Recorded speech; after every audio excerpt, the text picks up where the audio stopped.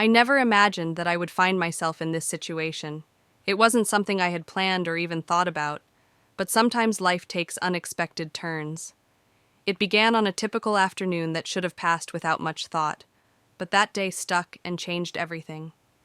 The house was quiet, save for the occasional chirp of birds outside and the soft hum of the air conditioner.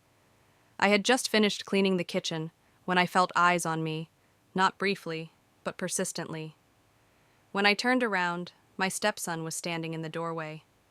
Tyler had always been polite, respectful, the kind of young man who held doors open and said thank you without prompting. But lately, there had been something different in the way he looked at me. At first, I brushed it off as nothing. He was 22, navigating that space between boyhood and full-fledged adulthood, still trying to find his footing in the world. He'd always been close to his father, but ever since his dad had been traveling more for work, he'd spent more time around me. I didn't mind. I liked the company, but this was different. His gaze wasn't casual. It was direct focused, as though he was trying to read me, waiting to see how I'd react. I felt a warmth rise in my chest, something unsettling, yet thrilling, at the same time. "Do you need something?" I asked, keeping my voice steady. He hesitated for a moment before shaking his head. "No, just thinking about what I could have asked, but I already knew the answer, and maybe a part of me wanted to hear it out loud." Instead, I turned back to the sink.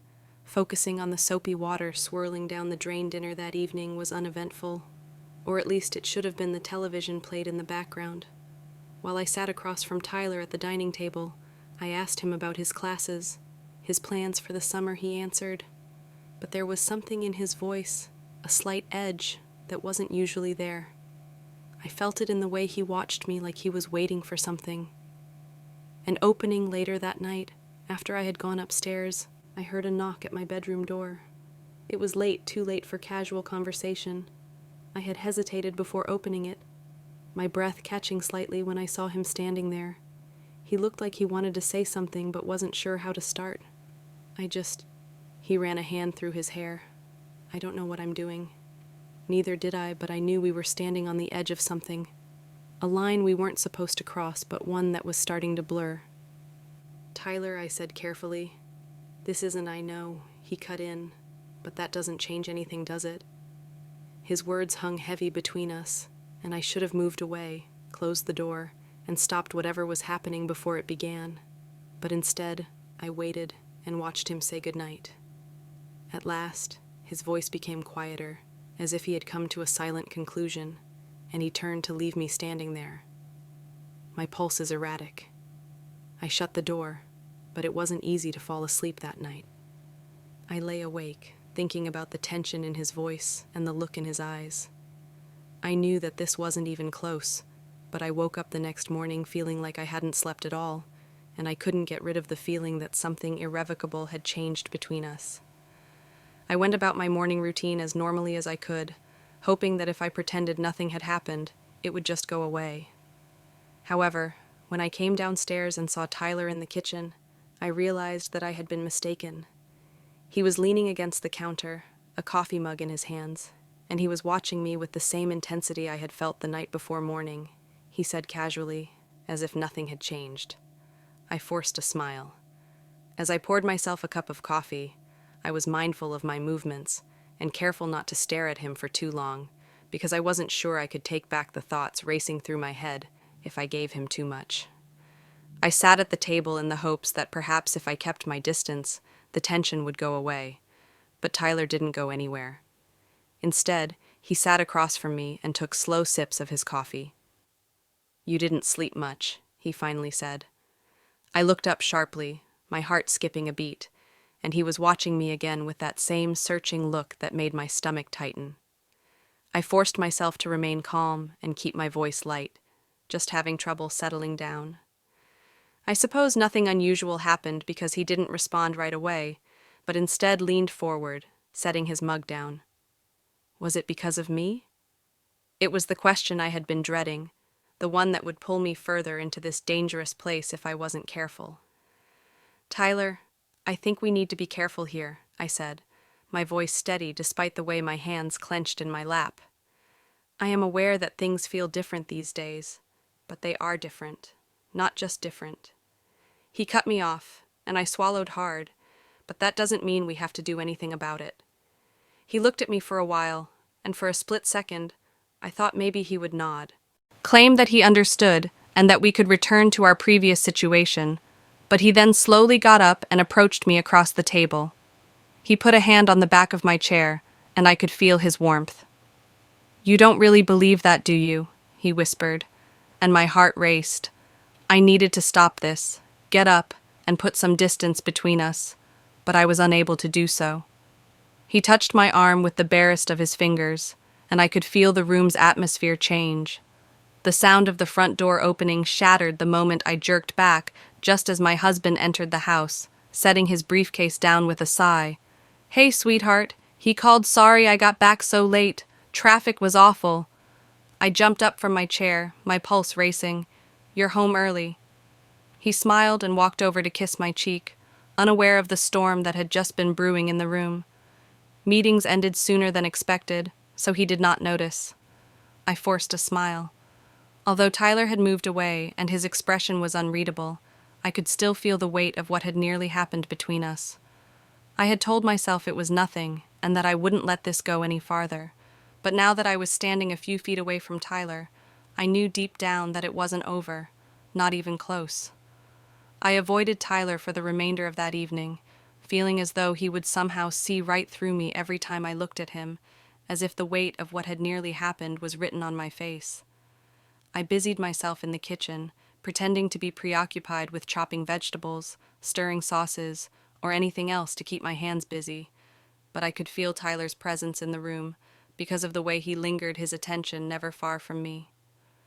Dinner was a quiet affair, and my husband was too preoccupied discussing his meetings, work-related problems, and weekend plans to notice the tension that was simmering in the air. After supper, my husband settled into the couch, exhausted from his long day, and began to flip through the channels on the television with little focus. Tyler hardly spoke, responding in brief sentences, and his fork was aimlessly pushing food around his plate. I was no better. My mind was racing and every nerve in my body was tense. I excused myself to go to the kitchen to pretend to clean up, but in reality, I was just trying to collect my thoughts. As soon as I was by myself, I exhaled deeply and gripped the edge of the counter. I needed some alone time. Clarity, but none of those things were provided to me. I sensed him before I heard him. Tyler's presence was obvious, and the slight change in energy in the room sent a chill down my spine. I didn't turn, but I knew he was standing behind me. He said, "We need to talk." I whispered back, tightening my fingers around the dish towel in my hands. When his voice became low and persistent, I said, "This can't happen." I said, barely audible, "It was a mistake. We need to forget about it." He countered, "Step closer. I see it in your eyes." I closed my eyes, willed myself to find the strength to push him away, to stop whatever it was before it got any further. However, when I opened them and turned to face him, his expression was unreadable, but his eyes held something deeper, something dangerous, a challenge. "Tyler," we both froze when we heard a noise coming from the living room. The spell broke when my husband laughed at something on TV, totally oblivious to what was happening just feet away. I shakily exhaled and stepped back to go to bed, saying firmly, "This conversation is over." He hesitated for a long moment, his jaw tightening, but then he nodded without saying anything else. He then turned and disappeared up the stairs. I had drawn a line and put an end to it, but I knew deep down that line had already begun to blur the moment I allowed myself to consider something more. The days that followed were tense beyond belief. I leaned against the counter, my pulse pounding. Tyler never pushed or cornered me again, but his presence was a continual reminder of what had almost happened, and the silence between us was full of unsaid words. That Friday, my husband kissed my cheek and said, "Call me if you need anything," before leaving with his suitcase in hand. I nodded, forcing a smile.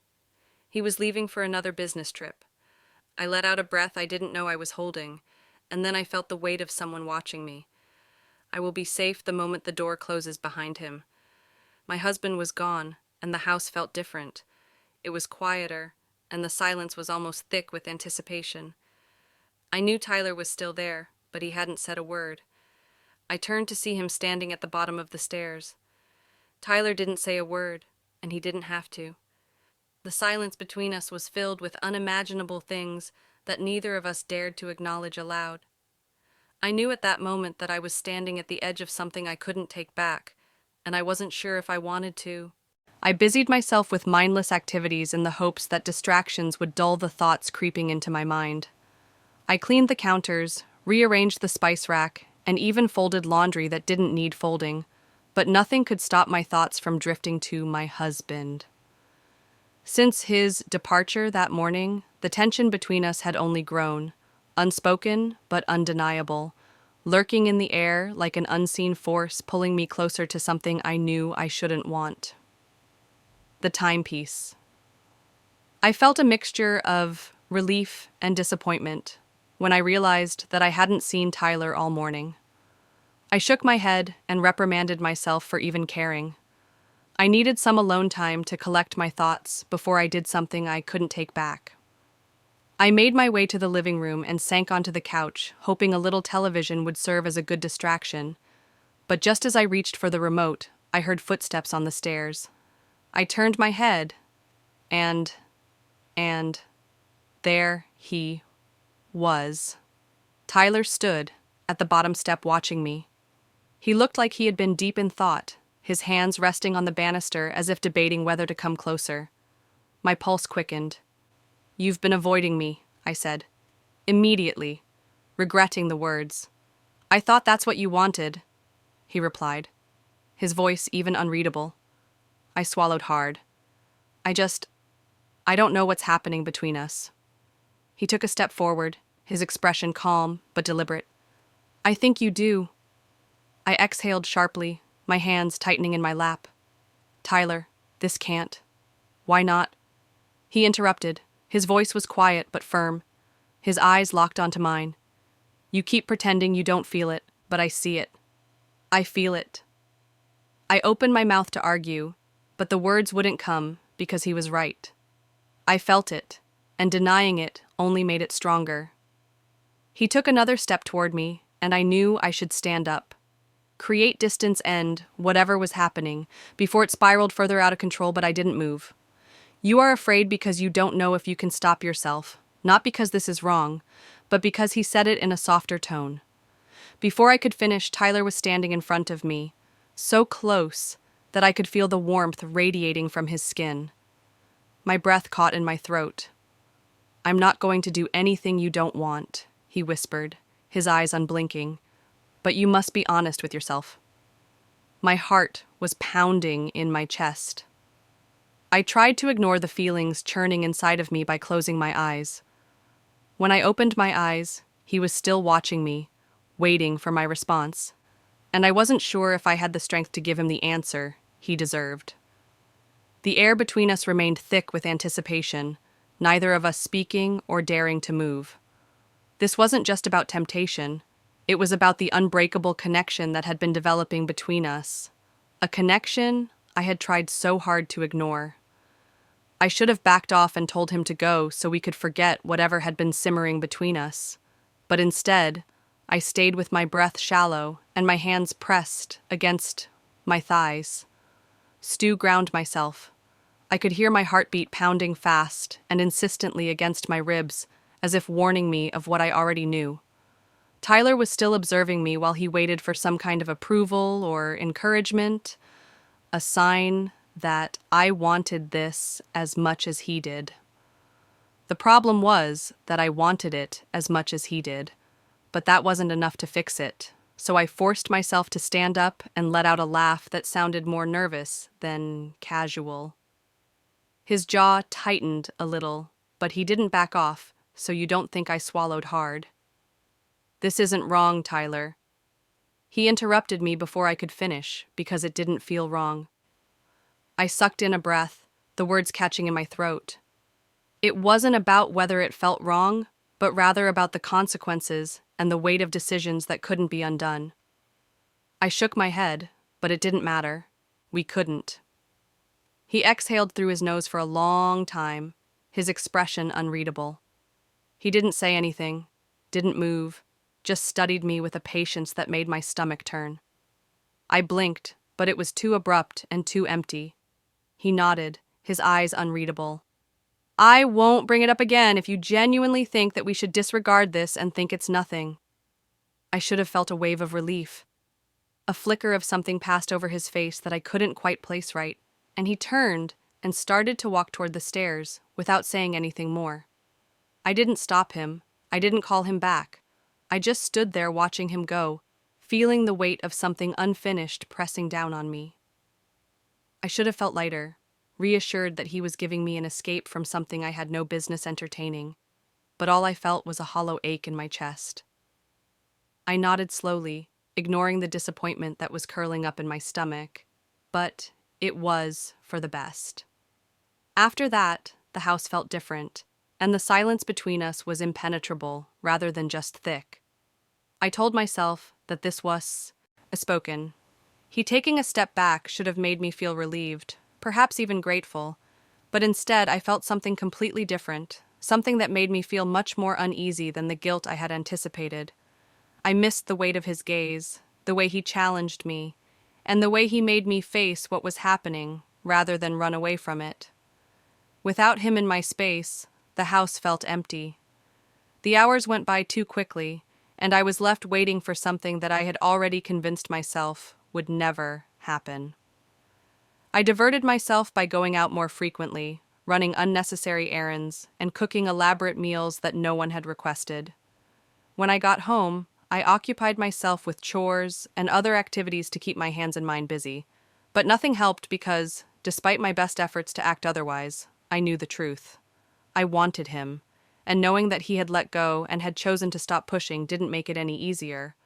Rather, it made it worse, because I was now the one contemplating what would happen if I were the one resisting the urge to cross the line I had so firmly drawn late one evening, after I had spent the day avoiding him as much as he had been avoiding me. Footsteps were heard in the hallway. I was washing dishes in the kitchen, trying to concentrate on the rhythmic sound of the water rather than the restlessness that was coiling inside of me, when I turned to see him standing in the doorway. I froze, gripping the edge of the sink, thinking that something was wrong, but my voice was steady, and my pulse was anything but. He said, "Maybe you were done avoiding me." I swallowed hard, thinking, "I'm not avoiding you." He arched a brow, clearly unconvinced. "That's why you haven't spoken to me in days." I turned back to the sink, concentrating on scrubbing the plate in my hand, even though it was already clean, thinking that it was for the best. He entered the kitchen, getting closer. Not too close, but close enough that I could feel the heat of his presence because it sure doesn't look like you do. I turned off the faucet and let out slowly before facing him. "Tyler," we both agreed that he cut in smoothly. "You agreed, but I didn't fight you about it. Instead, I pressed my lips together and gripped the edge of the counter. Isn't that the same thing?" He looked at me slowly and evaluatingly. "You want me to act as though nothing is here, but I and you both know better." He took a step closer until I could see the challenge and frustration in his eyes, but I remained firm and said, "That doesn't mean we have to do anything about it." "Then, why are you still standing here?" He tilted his head slightly, waiting for me to push him away, but I didn't, and that was all the response he needed. I opened my mouth, but nothing came out, because there was no answer that wouldn't unravel everything. I could feel the weight of his stare as it settled on me, daring me to break first. Perhaps I had already broken for some time, breaking piece by piece until nothing remained but the inevitable. I could have pushed him back, or I could have walked away, but instead I stood there, my heart thumping in my chest, my breath shallow, waiting for him to say something that would make me feel like I had to make a choice. When he finally said, "I wasn't ready to make you don't want me to walk away," His voice was firm but quiet, and I swallowed hard, curling my fingers around the counter's edge. This isn't wrong, Tyler. He interrupted you. You don't think that I closed my eyes for a moment and let out a sharp breath. I don't care what you think. What matters is what's right. He stepped closer, the space between us, shrinking to almost nothing. And this feels wrong to you. I didn't answer because we both knew the truth. It didn't. It felt inevitable, like something that had been coming for a long time, no matter how much I had tried to deny it. Then, stop pretending. He murmured his words, sent a shiver down my spine. I could feel my resolve weakening, slipping through my fingers.